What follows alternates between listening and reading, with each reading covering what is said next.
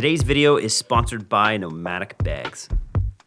I'm in Saskatchewan, just landed. And if you believe the earth is round, you should come here.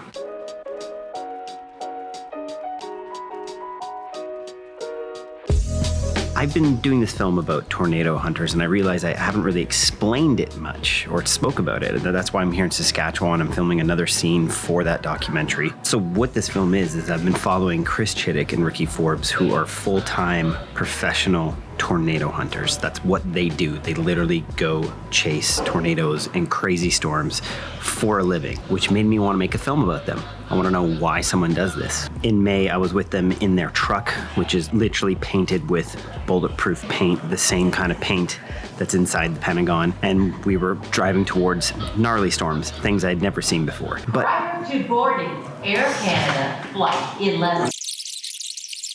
Gotta get this out before the French comes up.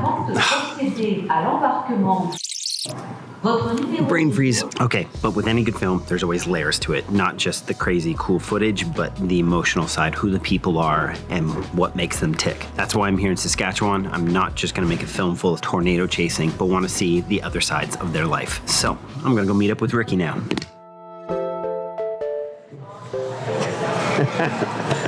You asked for a sign. You did. You get a haircut? Yeah, I did. No one knows. Everyone keeps getting surprised. Do I look younger or older? I just feel after losing your ponytail, I kind of trust your direction skills less. This is the new rig right here. New rig. Is it bulletproof yet? No. It's naked right now. Old flash broke down a couple chases ago. And that was it. It was too much to fix it, so we're driving this and hurrying it up, trying to get it done. So we're off to meet Ricky's fiance. One quick tip is when you're meeting someone for the first time, put down the camera. Just meet them as a human. Don't bring in your camera. Go meet them as a person, not as a camera operator, because cameras are intimidating. This is a nice ride, I gotta admit, Ricky. Right? This is like bigger than my laptop, this screen. It's impressive. Just costs an arm and a leg, that's all.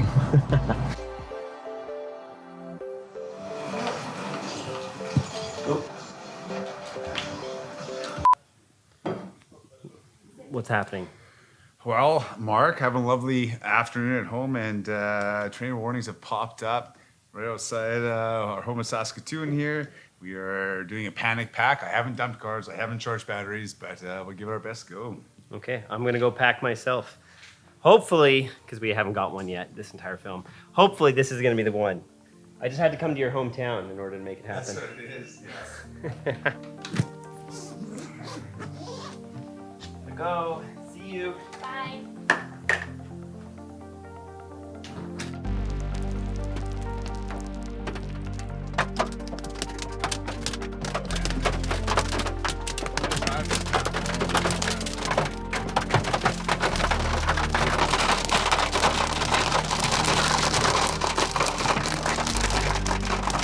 Normally it's not so bad, but this is a new truck that doesn't have line X.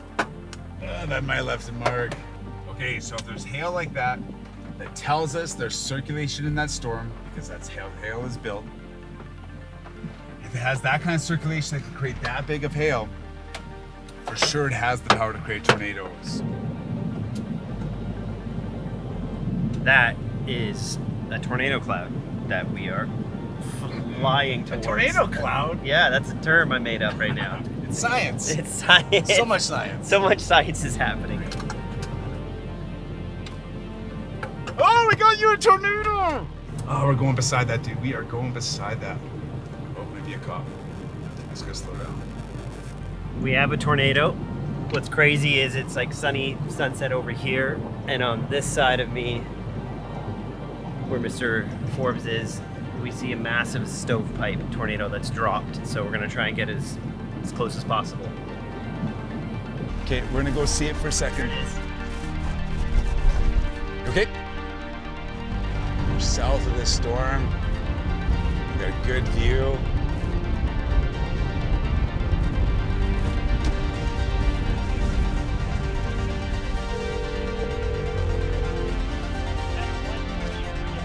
Hi there. I'm a professional storm chaser. I'm just northwest of Blaine Lake. And there's a monster tornado, a large tornado that has been touching down. Okay, I'm going to be RC and down the line, okay? Sure, thank you.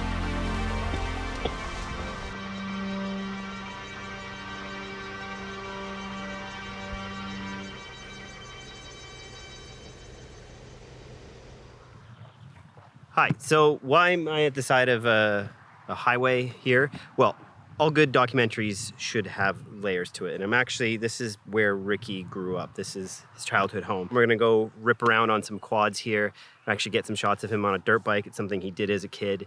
So we're gonna go do that. And I'm gonna take all my camera gear on my back. Let's go.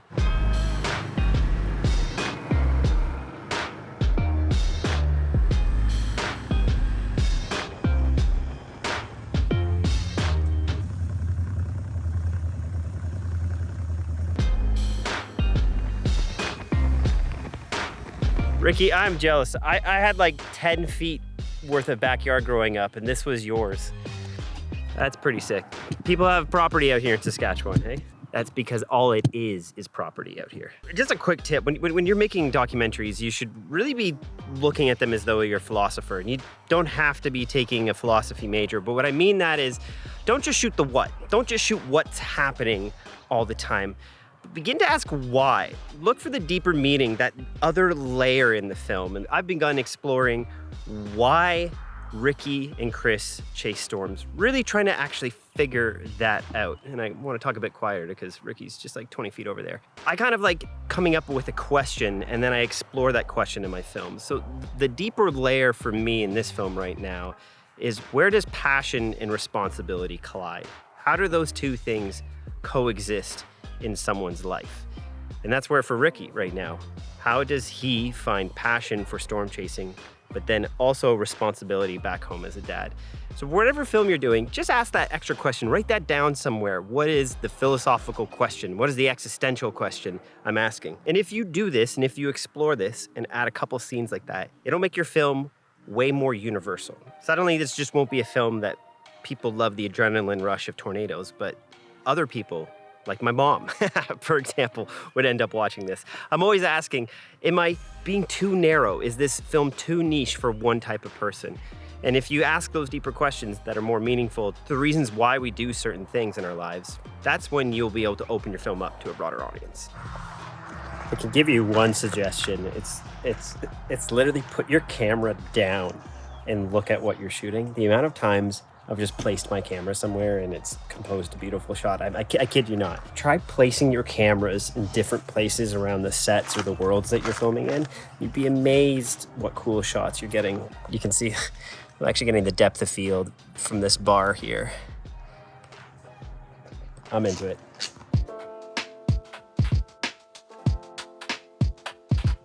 Okay, the sun is almost where I need it.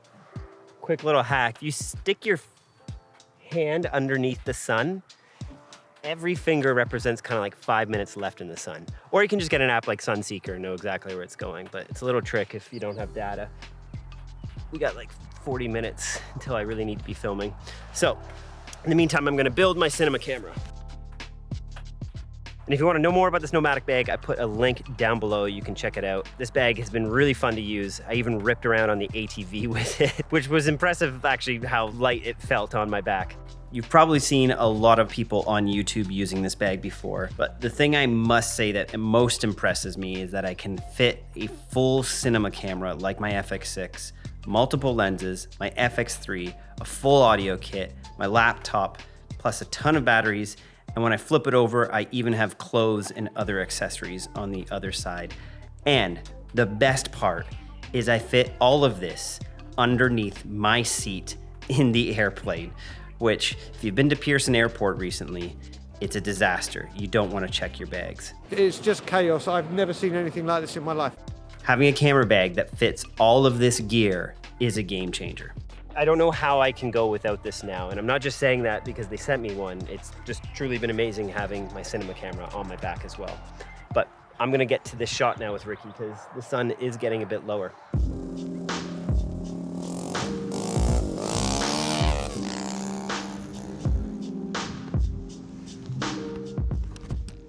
almost done packing here. By the way, I always want to be honest on this channel. I told you guys that this thing was awesome in a video recently. This is a Manfrotto, kind of like vlogger stand. It's absolute trash. This is garbage. Don't buy this little Manfrotto thing. Anyways, before I get to my last point here, I just want to show you, just lighting's so interesting. Here's a window light. It's so hot, but all I do, pull this sheet across. With beautiful, soft light. I've been working in film now for like, I don't know, 15 years, and I still find lighting so fascinating. Add this piece of garbage to my camera right now though. One thing I've been kind of actually learning really recently in my filmmaking, and even from this trip, is about not being afraid to film the mundane, just the normal parts of life.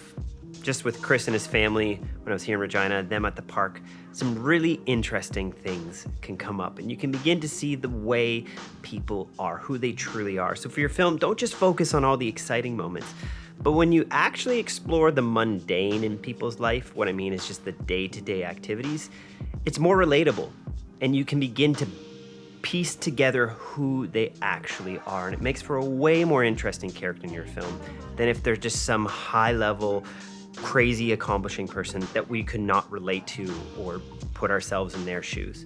So don't be afraid to film the small things, and don't be afraid to become friends with the people in your film. I'm truly appreciative documentary for this. I have amazing friends all around the world now because of the films I've worked on. And I think if you're interested in that, I'll do a whole video about making people comfortable on camera. If you're interested in that, leave this otter emoji, because otters are cute. Right, I will see you on the next one. Don't forget to go check out the Nomadic bag below. It's changed the game for me. See you in the next one.